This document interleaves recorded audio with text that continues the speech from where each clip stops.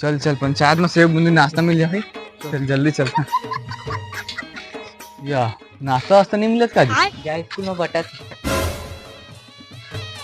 चल यहाँ तो पक्का मिली।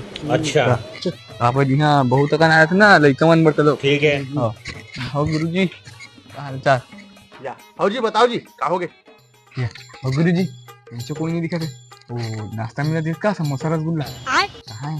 हम खाली पेन कर रहे बड़ बड़ के हवन पंचायत में गे रहे हैं तुमको खाई इतनी भेज देती नहीं है कि तो कर हो देना इसलिए दिन कर रहे हम। अरे काला बताबे लइका मन नाश्ता खाएंगे नहीं मिला नहीं मिले है।